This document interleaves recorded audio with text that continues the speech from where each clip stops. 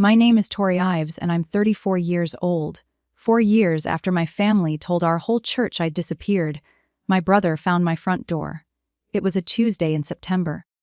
I was cutting apple slices for my daughter when the knock came. I opened the door, and there stood Danny, my little brother, gripping his phone like a shield. He said my name.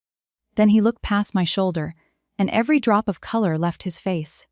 He backed down on my porch steps without another word, phone already at his ear. "Mom, you need to see this." She never told us. He couldn't finish the sentence. What my mother did with that phone call, and what I finally did on a Sunday morning in front of every person who believed her, is why I'm telling this story. Welcome back to Last Laugh Stories, where quiet people finally tell the truth about the families that underestimated them. If stories about boundaries, betrayal, and starting over speak to you, drop a comment below and be sure to subscribe. There's a house in Asheville, North Carolina, with a front door the color of a robin's egg. I painted it myself the week we moved in. 3 coats, cheap brush, good light. The last coat of paint went on the day I stopped apologizing. Inside that house lives a 3-in-1 2-year-old named Marion, who believes pancakes are a food group. I work 12-hour shifts in the intensive care unit downtown, sometimes 16. I can recite the medication schedules of 8 patients without looking at a chart. Most days I forget to eat lunch. I've watched people die politely. My family taught me how. That's a joke I only make on the drive home, alone, where nobody has to decide whether to laugh. Our life is small and deliberate. Daycare, work, pancakes, the library on Saturdays. First it was rent, then a mortgage. I still can't believe a bank gave me. I painted every wall in that house, but the door was the only color I agonized over. Blue like the sky at the end of a night shift, when the world is quiet and finally belongs to you. In 4 years, nobody from Dayton, Ohio had crossed under that door frame. That was not an accident. It was also not the story my family told about it. They said I disappeared. Here's the thing about the word disappeared. It's passive. Fog disappears. Car keys disappear. It's a word that erases whoever did the erasing. What actually happened is that I stopped sending money home, and my family stopped being able to see me. The money is where this story starts. It isn't where it ends. It started, if I'm being exact, and I'm a nurse, I'm always exact, with an envelope at my own graduation, dinner 10 years ago at my mother's kitchen table. The spring I turned 24, I became the first Ives to finish college. A nursing degree paid for with loans and double shifts at a diner. My mother, Carol, threw a dinner at the house in Dayton. Pot roast, a folding table pushed against the kitchen table. A sheet cake with my name spelled right. She propped my diploma against the gravy boat like a guest of honor. My father, Ray, said the blessing. Danny, 19 then, ate most of the cake. For about 2 hours. I was the pride of that kitchen, and I would have done anything to stay that way. I want you to remember that feeling, because my mother certainly did. After the plates were cleared, she slid an envelope across the table, cream-colored. My name on the front in her tidy church bulletin handwriting. I thought it was a card. It was empty. For the house, she said, patting my hand. You're the one who made it out. She said it warmly, the way you'd hand someone a family recipe. Around the table, nobody blinked. Dad studied his coffee. Danny looked at the cake. I remember laughing a little because I thought I understood. 1 envelope, 1 favor, the least I could do. New nurses make decent money, and their furnace was old. And I was the one who made it out. I filled it from my first real paycheck and mailed it back. The second month, a fresh envelope arrived at the apartment I shared with 2 other new nurses. My name in that same neat hand. The third month, another. Nobody ever asked out loud again. The asking had been done once, at a celebration, in front of witnesses, dressed as pride. That envelope was never meant to be filled once. It was a subscription. I just didn't read the terms, because the terms were written in a language I'd been raised to call love. By year 2, I'd switched us to Zelle, because stamps felt absurd. The first of every month, money left my account before sunrise. Where's 400 most months, 2,000 in the bad ones. And there was always a bad one coming. a new furnace, Dad's truck transmission, a new roof after the hailstorm. I paid for that roof and felt proud of it. A daughter keeping rain off her father's head from 3 states away. Danny's used Honda when his job started requiring a car. Christmas envelopes on top. Easter envelopes, birthday envelopes. On my side of the ledger, it looked like this. Night differential, holiday pay, every Christmas shift for 6 straight years because Christmas paid double. I was the nurse who never said no to overtime. My coworkers thought I was saving for something. I was. I just couldn't have told you what.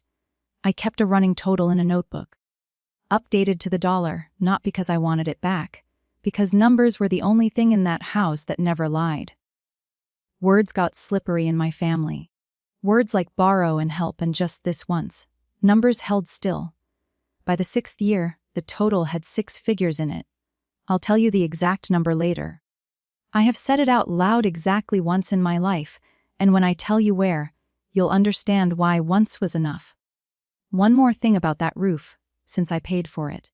In a photo Danny texted one Thanksgiving, I could see the corner of the house and the blue tarp was still on it, a year after the hailstorm. I told myself contractors were slow in Ohio. I told myself a lot of things back then.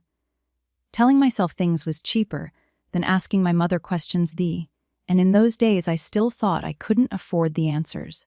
The east entrance of the hospital had a rotted awning, and the man who came to rebuild it was named Caleb Brand. He was a builder, 28 then. Sawdust in his hair, and he stopped me on my way out of a night shift to ask a question. What railing height worked best for patients who just relearned to walk? I gave him the rehab unit's numbers from memory, half asleep, and he wrote them down like they were poetry. He rebuilt that awning better than the blueprints asked for. Then he asked me to breakfast since dinner was, in his words, the middle of my night. For 3 years he packed my lunches and labeled them by shift. When he proposed, there was no diamond. He tied a brass key on a ribbon, the key to a sagging little fixer. Upper he'd made an offer on with a porch he swore he'd have coffee on until he was 90.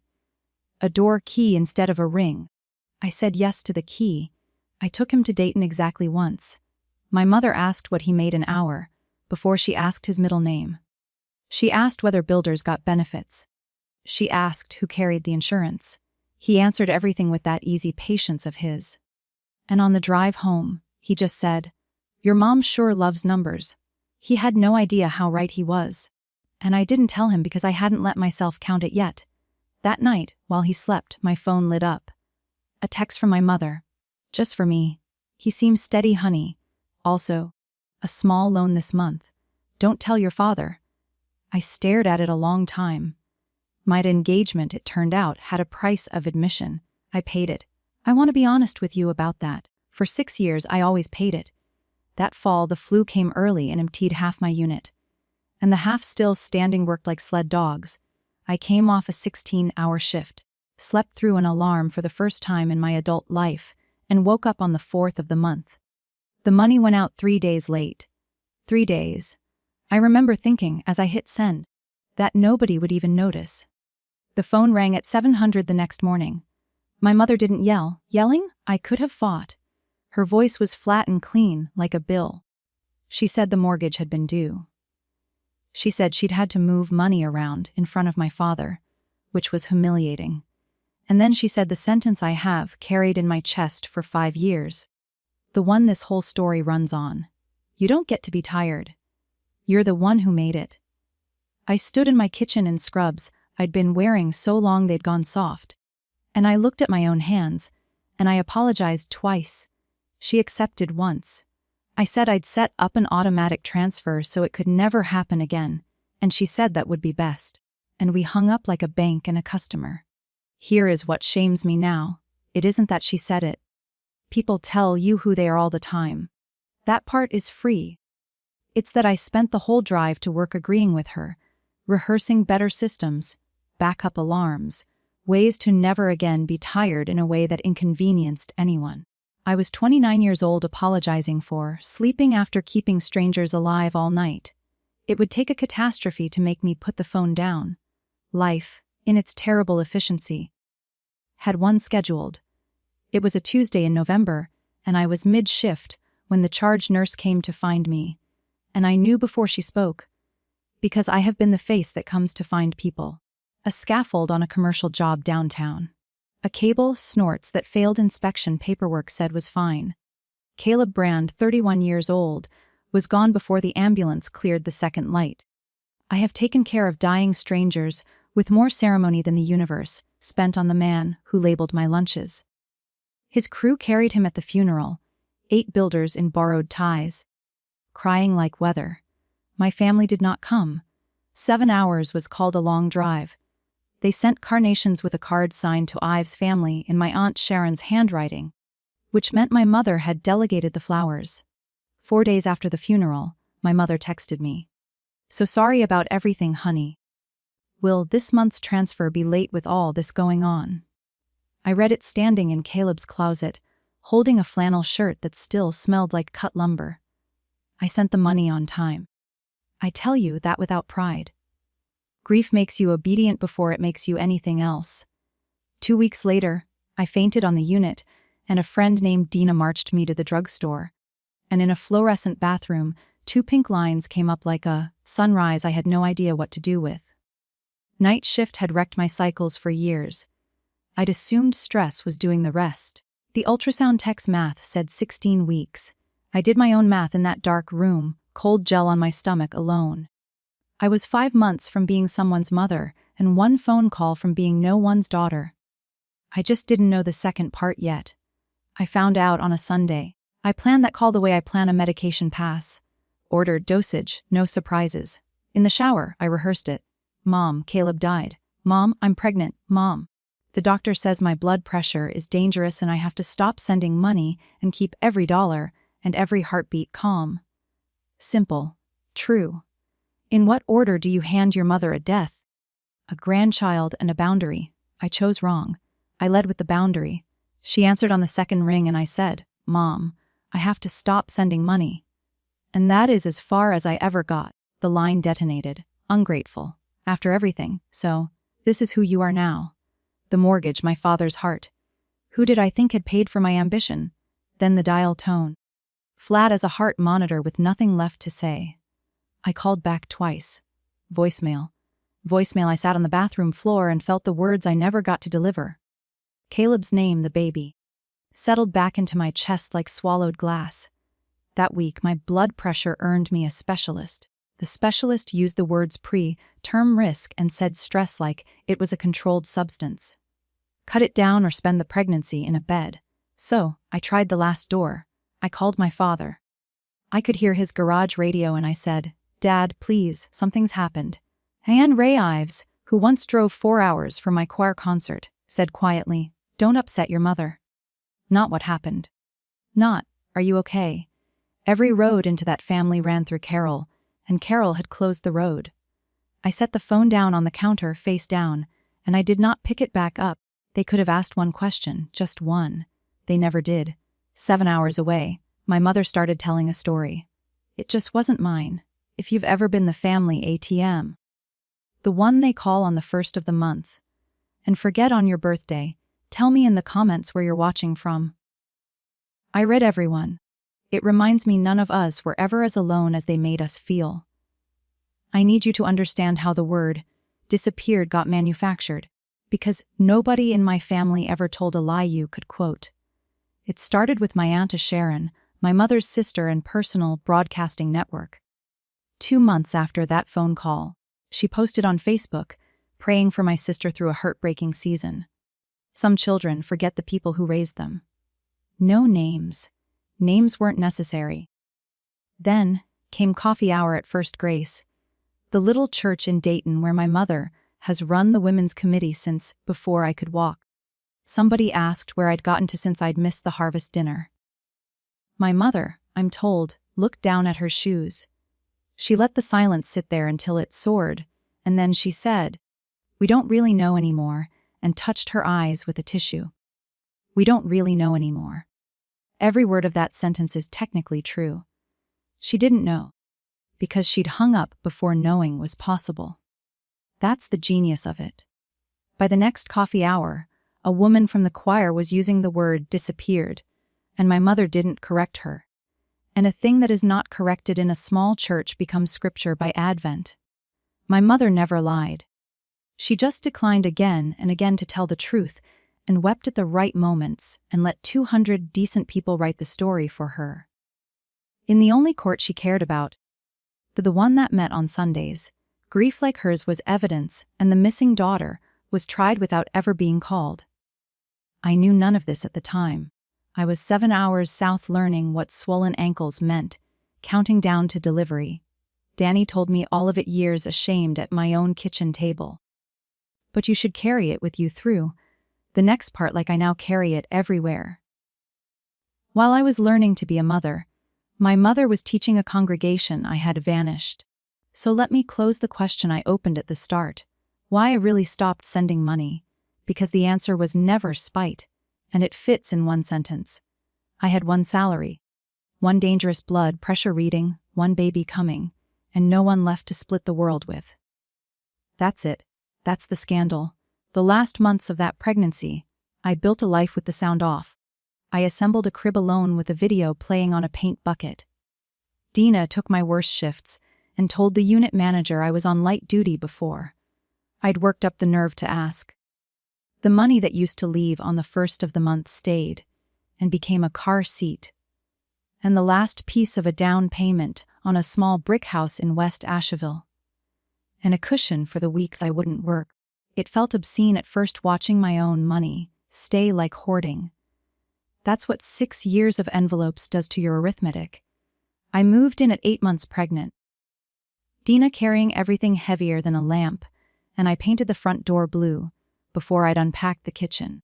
And in my 8th month I wrote one letter by hand on real paper to my grandmother June, my father's mother, 78 then, the only person in that family who'd rather hear a hard truth than a smooth story. I gave her everything. Caleb and the scaffold and the baby due in the fall and the money and the phone call. My mother ended before it started. I gave her my new address in Asheville, the only soul in Ohio to get it, and I asked for nothing except that she know. Then I watched the mailbox, 2 weeks, 6. The baby dropped. My ankles won. The mailbox stayed empty. I told myself the mail lost it. The other possibility, that even June believed them now, was too heavy to pick up. So I left it on the floor of me and shut the door. I was about to have other things to carry. Marin Brandy's arrived on an April morning, 3 weeks early, unbothered by any of it. The blood pressure that had threatened me all summer held barely, and the delivery went fast. My daughter has never once waited politely for anything, and I hope she never learns. Dina stood where a family stands. She held my hand through the worst hour and narrated like a golf announcer to keep me laughing. And when it was over, she cut the cord because somebody who loved us should. They put 6 Love Furious black, haired girl on my chest, and I want to tell you something about myself. One nurse to whoever you are out there. On my unit, I was famous for my dry eyes. 6 years of codes and last breaths and families folding in half in hallways. And I stayed the calm one every time because somebody in the room has to be. The nurse who never cried, not gently. The kind that startles the staff, because she was here and she was safe. And the 2 people who should have been pacing that waiting room with gas, station coffee didn't know she existed. One because he was gone and one because she'd hung up the phone. We named her Marin. Caleb said it once on the porch of that little fixer, upper he never got to buy, trying names out loud like paint colors. And when he hit that one, he'd grin and said, her. Someday. So it was always hers. It took a lawyer and a patient stack of paperwork, but her father's name is on the birth certificate of a girl he never met. And the brass key he gave me, instead of a ring, hangs in a little frame by my front door to this day. I came home from the hospital with her 4 days later. Then I did the thing my family would later call disappearing. I lived. Here's what 4 years of peace looks like, compressed like a night shift handoff. It turns out you can breathe shockingly well when you stop funding a second household. The mortgage on the little brick house got lighter every year. The dogwood in the yard got taller, and my daughter, Learned to walk on a sloped street in West Asheville. The door stayed blue, touched up every spring, never changed. And I already told you about the last coat. I got days instead of nights when she started preschool. I learned to make pancakes shaped like alarming dinosaurs. Dina became godmother, then family. The kind you choose with your eyes open. And every December, I sent exactly one piece of mail north.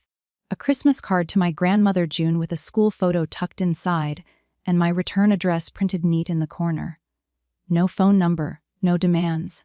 One card a year, every year. Into that long silence, because some part of me refused to let the road grow over completely. I never knew if she read them or burned them. I never knew whose version of me she believed. That answer was coming, and when it came, it would arrive hidden in a sewing box. But I'm getting ahead of myself. What I want you to know about those years is quieter than any of that.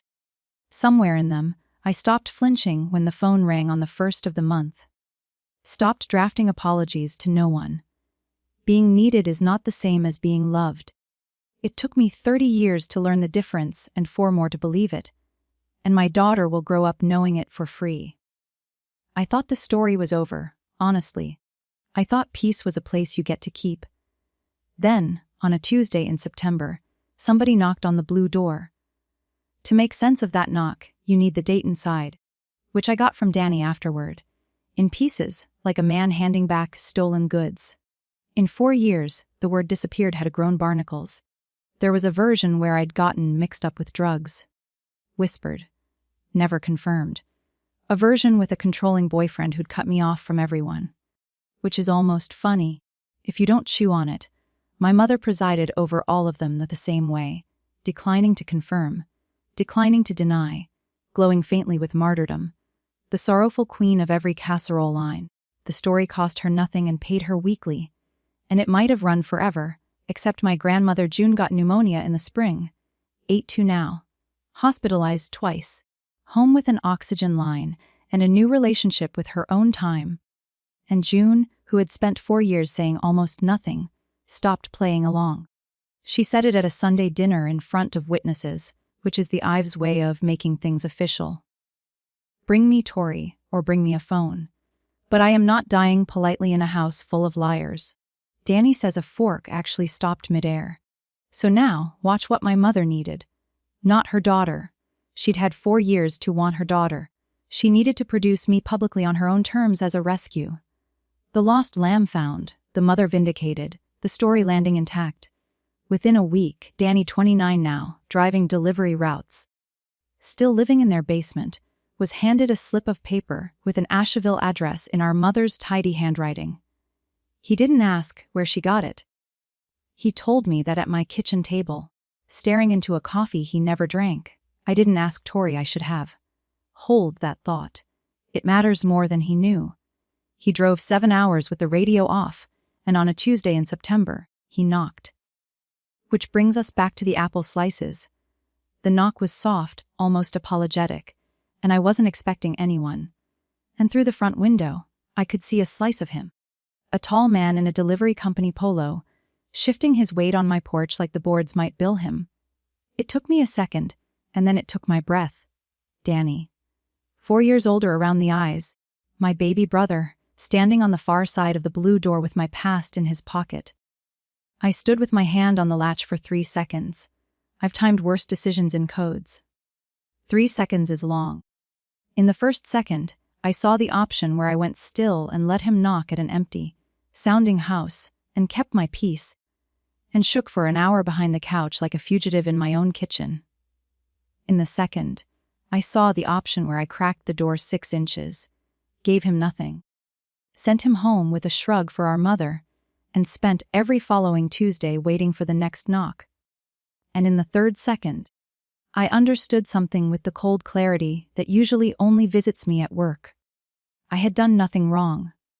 I had built this house, this life, this child out of honest overtime and grief, and I was done conducting my life through gaps in doorways. Hiding was the last piece of my mother's story I was still performing.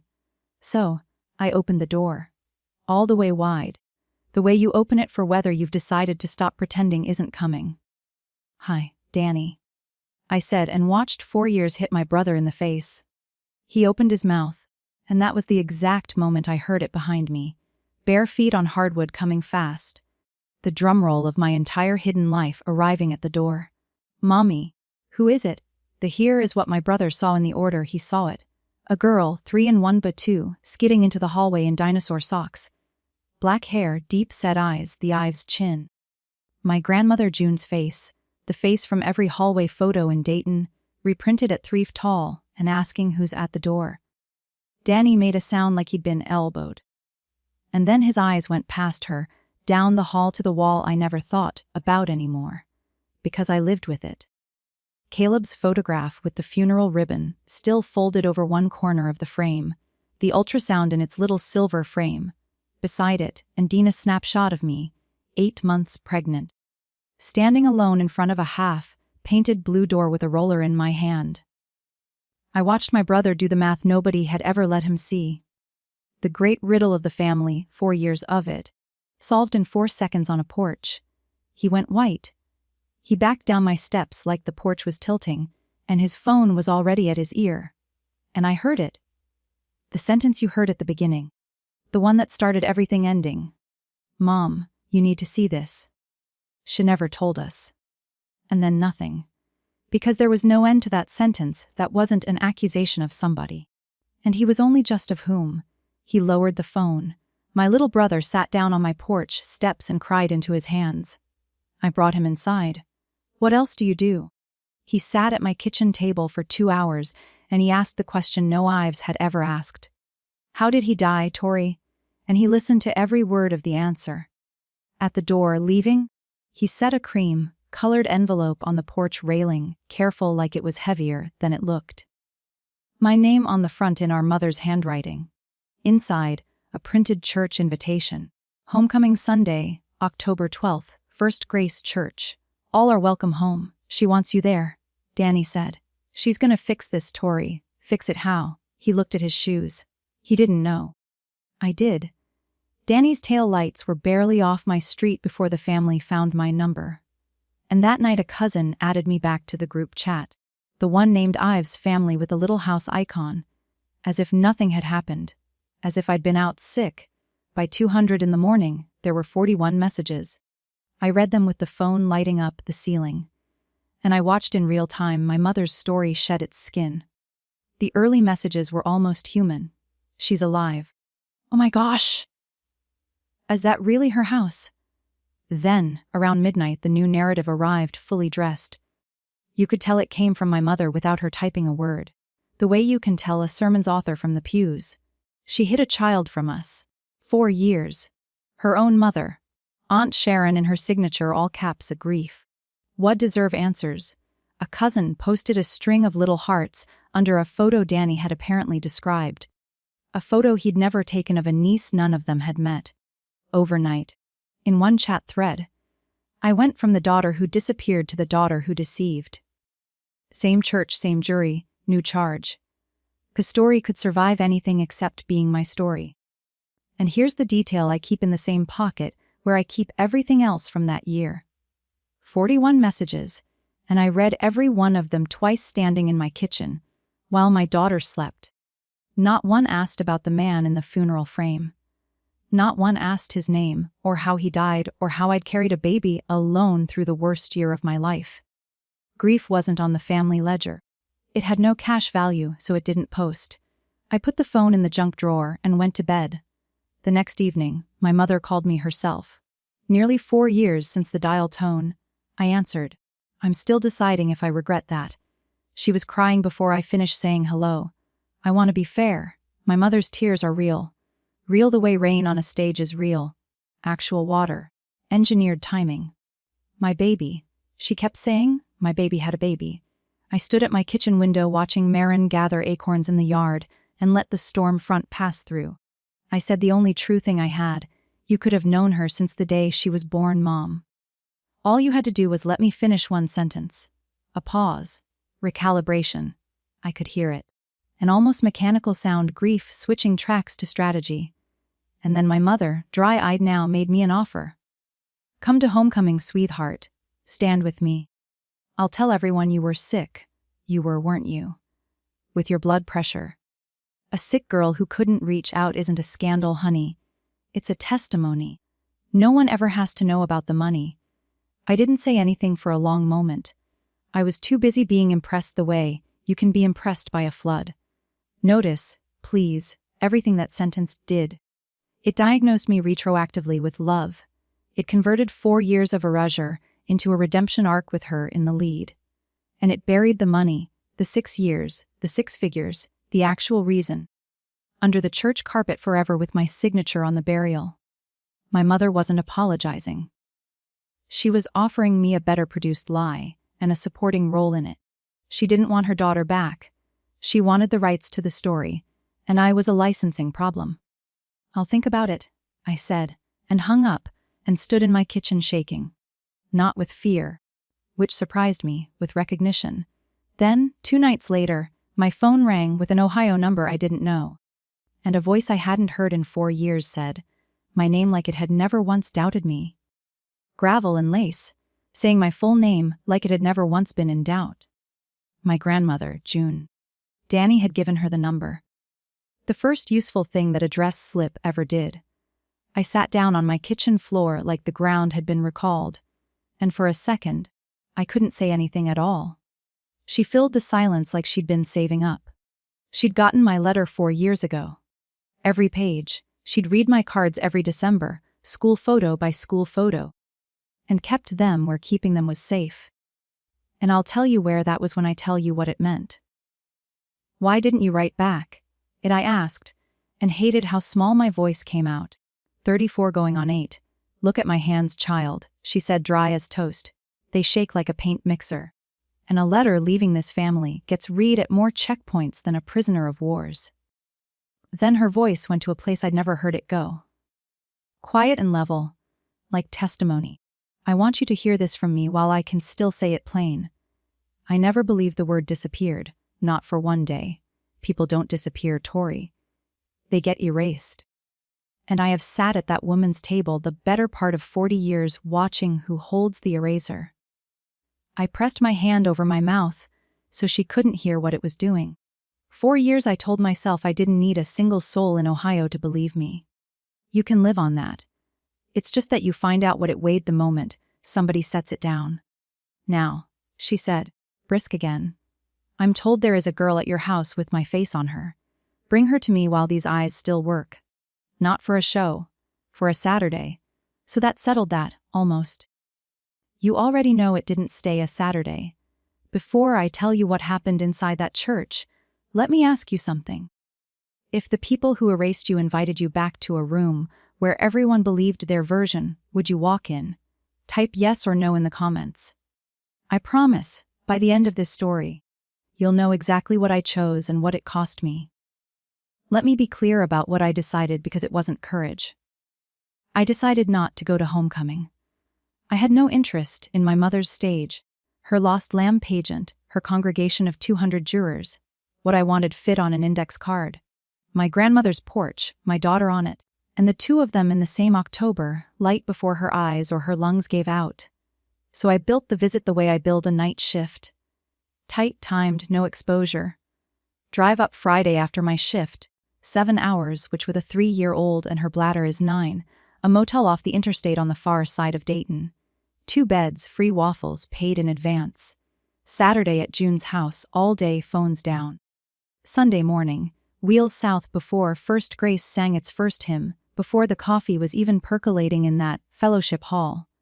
I would be a roomer by the time the doors opened. In and out, 36 hours, and my mother's homecoming could premiere without its main character. Let her improvise. She was good at that. Dina came over the night before we left and watched me pack like she was proctoring an exam. And when your mother finds out you're in town, she said, Dayton's a small pond, Tor. Casserole travels faster than light there. Then I'll be on the interstate before it cools, I said, and we laughed, and I half believed it. I strapped Marin's car seat in and tucked the cream envelope into my bag. Not to use it, just to know where it was. You keep the dangerous medications locked, but you keep them. It was a good plan. Honestly, it was. It survived one afternoon. My grandmother's house sits 3 blocks off the state road, and it had shrunk the way childhood houses do, and she was fine on the porch before I'd cut the engine. 82 years old, oxygen line looped over her ears like reading glasses, she refused to take seriously, standing when standing cost her something. I unbuckled Marin, and my daughter, who was shy with mailmen, walked straight up those steps like they were hers. June put both shaking hands on that little face and just looked. "There you are," she said, to Marin, to me Twashi snorts tore to some version of all of us, I think, going back further than I can see. Inside, we did a Saturday. Soup, beans, cornbread. A soap opera June narrated like a horse race. And in the afternoon, she sent Marin to fetch her sewing box, the battered tin one I'd known my whole life, and told her to dig under the thread. Every Christmas card I'd ever sent her, rubber, banded, their edges gone soft the way paper gets when it's been read instead of kept. My girl's whole life held together with a rubber band hidden under buttons. Hidden. That was the word doing all the work in that box. "Why under the thread, Grandma?" I asked. Though I already felt the answer coming, the way you feel a rhythm turn bad on a monitor. June looked at me steady. "Because your mother found them last Christmas at my kitchen table looking for her scissors. She read every one. She put them back where they were, and she never said a word of it to me or anybody. Last Christmas, 10 months ago, my mother had my address for 10 months while her church prayed for her lost girl. She didn't need to find me. She needed me lost. I was worth more missing. Here's how a small pond works. At 400 that afternoon, a book pull up in front of June's house, and my aunt Sharon climbed out holding a casserole, dish she was allegedly returning. A dish, June muttered, that she'd been sitting on since Easter. Sharon had heard June had company. She'd come to see what kind. What kind was 3.5 on the porch steps, teaching a doll to count acorns. I watched my aunt's face do something I recognized from the group chat, arithmetic and appetite. She stayed under 10 minutes. She hugged me on the way out, an inventory disguised as affection, and said, wet-eyed, "You look wonderful. She's just precious. Your mama must be over the moon." And then the book was gone, moving with purpose. By supper time, Danny texted me that the parish knew. All of it. The girl, the visit, June's porch. And that evening at the homecoming eve potluck in the fellowship hall, in front of the folding tables and the banner committee, my mother rose with her hand on her heart and made it official. Danny was there. He sent it to me nearly word for word, and I could hear her cadence in every line of it. "God has brought my lost lamb home to Ohio. My daughter is here with my grandbaby, and this Sunday she will stand before this congregation, and this family will be made whole in the sight of the Lord." Applause, he said. Actual applause. 2 women cried. I sat on a motel bed reading that while my daughter slept 8 feet away, and the thing I felt wasn't rage yet. It was vertigo. In one afternoon, I'd been written into a show I had explicitly declined. My mother had sold tickets to a performance whose lead had never taken the role, and the curtain went up in 15 hours. Then someone knocked on the motel room door. It was Danny, still in his potluck clothes, holding a spiral notebook like it was leaking. Mom's household ledger. Decades of it. The neat columns I'd grown up watching her total at the kitchen table. He'd found it last spring digging through Mom's file box for June's Medicare paperwork, and he'd been carrying what was in it ever since. He put it on the motel desk and opened it to the years I knew by heart because I had funded them. "You should see where it went," he said. So I saw. The roof, my roof, the hailstorm roof, was one line, patch, materials, 340, labor Ray and Danny. My father and brother had fixed that roof themselves for the cost of shingles, while 400s a month kept arriving. Where the rest went was all there in her own handwriting. First Grace Building Fund in the name of Carol Lives. Benevolence Committee, Carol Lives. The Women's Retreat Sponsorship, the Fellowship Hall Ovens. The Youth Van Repair, Care of Lives, Care of Lives, Care of Lives, and loans to Sharon's son for a transmission, to a cousin for a security deposit. Never repaid, never forgiven, either. Every debt logged and kept alive, a portfolio of people who owed her. My money hadn't been keeping my family afloat. It had been buying my mother a throne in a very small kingdom. I sat back, and the anger I'd been waiting years to feel finally stood up. And then, Danny turned to the oldest pages and pointed at a line dated 1989, and it sat back down. Wedding ring pawned, mama's back rent, and a number small enough to break your heart. My mother was 24, married 8 months. She'd sold her ring to cover her own parents' debts, and nobody ever paid her back either. She's not spending your money, Tori, Danny said quietly. She's paying a debt she thinks every daughter owes. It made nothing okay. It made everything sadder than anger and heavier. Understanding my mother didn't obligate me to keep being her currency, but it took revenge off the table. Whatever I did next, it wouldn't be to beat her. The Honda was your money, Danny added at the door, wincing. I'm paying it back. The car was a gift, I said. Gifts were never the part that hurt. I didn't sleep that night. The motel ceiling had a water-stain shaped, I swear, like the state of Ohio, and I lay under it running every route.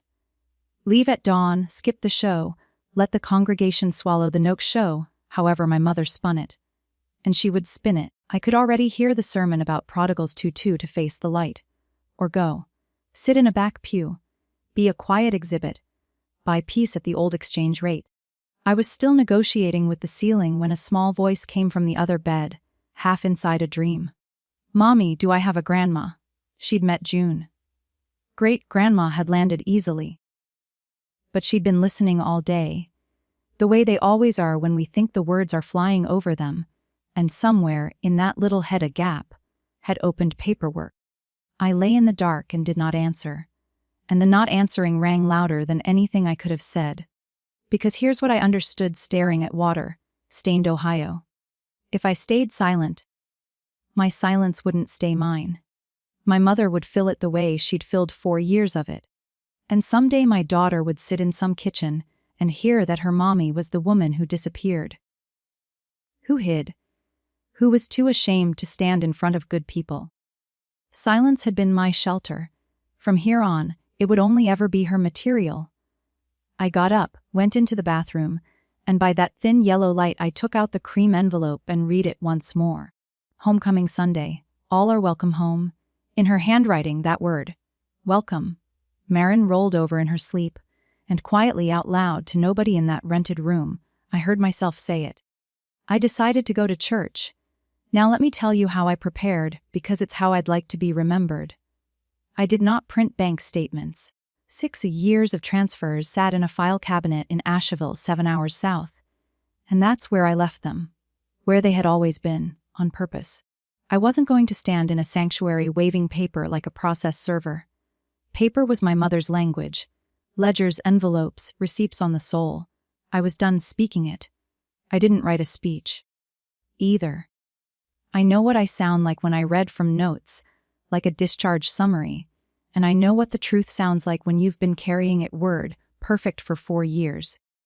There was no rehearsal, because there had been nothing but rehearsal every night shift, every first of the month, every December card. Instead, I did small true things. I ironed my navy dress with the motel iron, which fought me. I braided Marin's hair and let her pick the ribbon, and she picked orange, and she was right. Light lipstick. Caleb's brass key out of the side pocket of my bag into the pocket of my dress. Not for anyone to see. Ballast. Then I texted Danny, front pew for grandma. Aisle N near the fans. She overheats. Marin and me right behind her. He wrote back fast. Doan. And Tori, I'm glad. I sat on the motel bed one last minute, checked my pulse against my watch out of pure habit, and found it steady, which is the strangest true detail I own from that whole morning. I wasn't bringing evidence. I was bringing myself. That was the one thing they'd never accounted for. First Grace Church holds about 200 people, and that Sunday it held all of them, plus folding chairs. Cars on the grass, a paper banner over the doors. Welcome home. In letters the youth group had clearly cut by hand. Ceiling fans stirring 200 bulletins like slow applause. We came in during the second hymn, and took the seats Danny had guarded.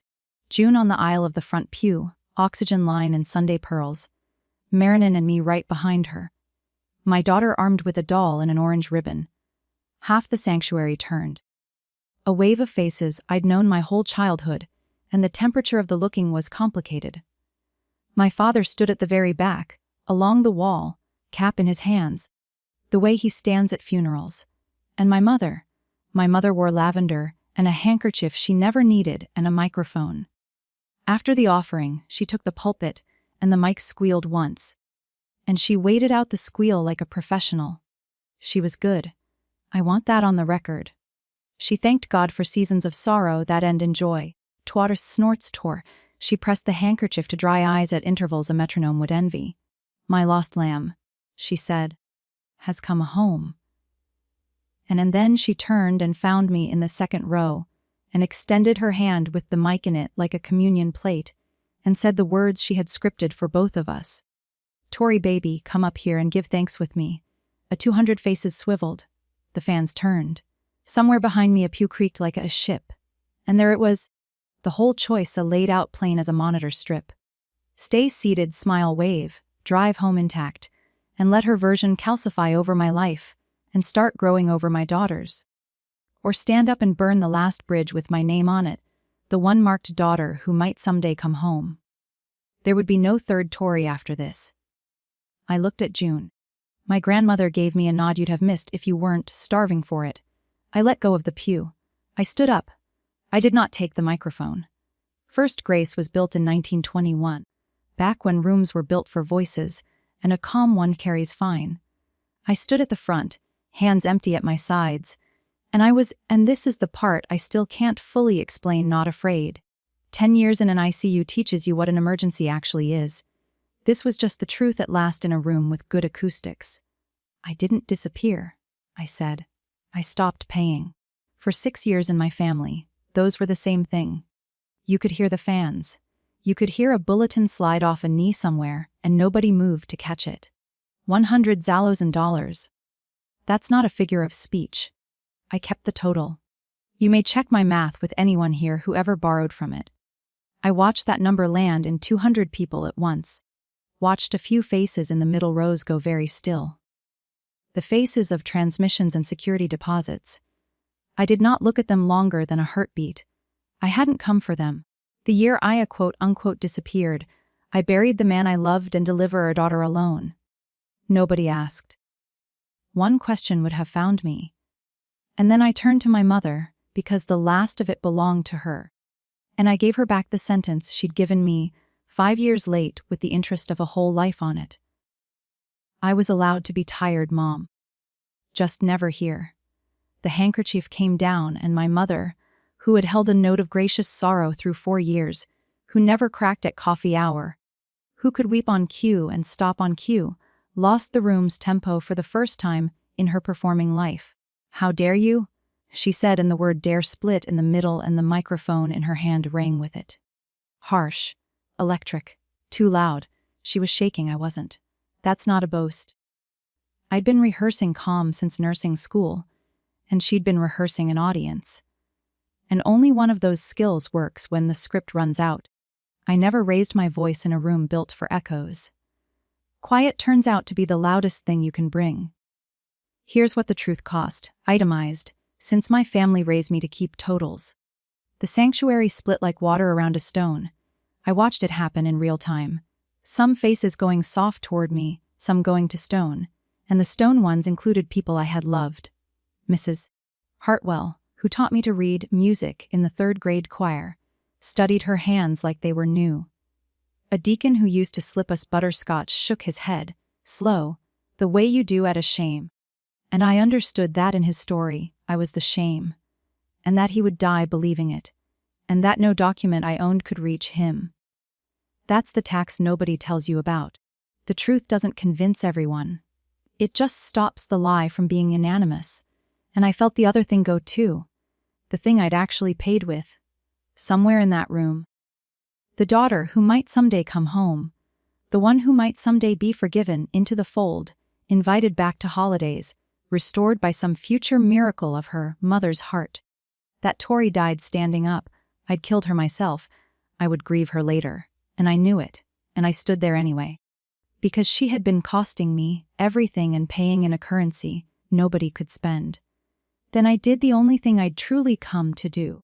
I stepped back to our pew and took my daughter's hand and led her the few steps forward to the front pew, in full view of 200 people who had prayed for a missing woman who was never missing. "Marin," I said, "this is your great-grandmother June. She's the reason I still believe in family." My grandmother put her shaking hands on that small face, her own face made new. And the whole church watched a great-grandmother meet the child they'd been told was hidden from them. And even the stone faces had trouble staying stone. Some things outrank a narrative. Not many. Then I picked up my daughter, nodded to Danny to bring June, and walked down the center aisle of First Grace Church for the last time in my life. Past the middle rows. Past Sharon, who was looking at the number I'd said like it, was floating in the air in front of her. Because for her it was. She knew which lines of it had her family's name on them. Past pew after pew of people choosing forever which story to keep. My mother stepped away from the pulpit as I came level with her. And here is the strangest mercy of that whole day. What she said quietly, with the microphone lowered, to me alone, no audience. For the first time in 4 years, maybe in 40, my mother said something that wasn't staged. Everything I did for this family, and she believed it. That's the part that will never stop being sad. I could see all the way down that sentence, back to a 24-year-old at a pawn shop counter sliding her wedding ring under the glass, learning forever what a daughter is for. I stopped. I looked at my mother. One armful of the granddaughter she'd traded for a story. And I said it just as quietly, just for her, the sentence I'd been 30 years earning. Being needed is not the same as being loved, Mom. I hope one day somebody loves you for free. Her face did something I'd never seen it do. I didn't stay to name it. I walked on and the ushers pushed open the double doors and October came in. Cold, clean, indifferent gold. Marin squinted up at me from my hip. "Is church over?" she asked. "Ours is," I said, and we walked out into the sun. We were nearly to the car when I heard gravel moving fast. And it was Danny, tie loose, out of breath. He'd left June with the car door open and the heater running, thorough as ever, and he stood in front of me in the church parking lot with his hands open, like a man showing he's unarmed. He didn't defend her. I want that noted in the family record, whoever keeps it now. He didn't say she means well, or you know how she is, or any of these sentences that had upholstered my childhood. He'd stopped carrying her messages the day he sat down on my porch steps. He just looked at his niece, asleep on my shoulder before we'd even left the lot, and then at me, and asked for the one thing nobody in my family had ever asked me for. "Can I come see her?" No envelopes. Just an uncle 29 years old, and it was the bravest sentence anyone in the Ives family had said out loud in a decade. "Sundays," I said, "bring nothing." He nodded like I'd handed him something breakable and valuable, because I had. We pulled onto the interstate before the potluck casseroles were even uncovered. Nobody chased us. Nobody needed to. That part of the story was over. 6 weeks later, on a warm Saturday in November, my grandmother June sat on my porch in Asheville. Danny drove her down 7 hours, and she reported with great satisfaction that his taste in radio was a crime. She had the sewing box on her lap. She was teaching Marin to thread a needle, both of them squinting, 4 hands shaking for 2 different reasons, and when the thread finally went through, they cheered like a stadium. My mother's letter had come the Tuesday before. 3 pages, her handwriting, her version, a season of trials, a daughter deceived by grief, scripture about honoring parents, and the word sorry appearing 0 times in any load-bearing sentence. I read it once at the kitchen counter, put it in a drawer, and went back to making dinner. It hurt less than I'd budgeted for. That's the honest miracle, not that it didn't hurt, but that the wound had finally stopped being load-bearing. From Dayton, the news came through Danny, who calls every Sunday on video so Marin can show him alarming dinosaur pancakes. Our mother stepped back from the treasurer's job, citing her health. A few relatives who'd borrowed from my money have started quietly pressing small bills on June, who takes them without comment and buys yarn. Sharon snorts still calls the cousins on the first of the month. The machine survives. It just runs without me in it. My father sent a card. Inside, in pencil, one line. I'm sorry I looked away. I've kept it. I haven't answered it yet. Some doors take more than one coat, and I'm allowed to take my time now. That's rather the point of all this. And yesterday, Maren and I put a fresh touch up coat on the blue door, her with her own small brush, painted on her nose on the dogwood on the cat. The color's called Kura O Sky. She calls it ours. If you have to pay to stay in someone's story, walk out and write your own. The people who love you will read every page for free. That's my story. 4 years of silence. One knock on a blue door, and 90 seconds in a church that finally heard the truth. If this reminded you of an envelope you keep filling for people who never ask how you are, take that as your sign. And if someone you love needs to hear this, share it with them. Drop a comment, hit subscribe, and I'll see you in the next one.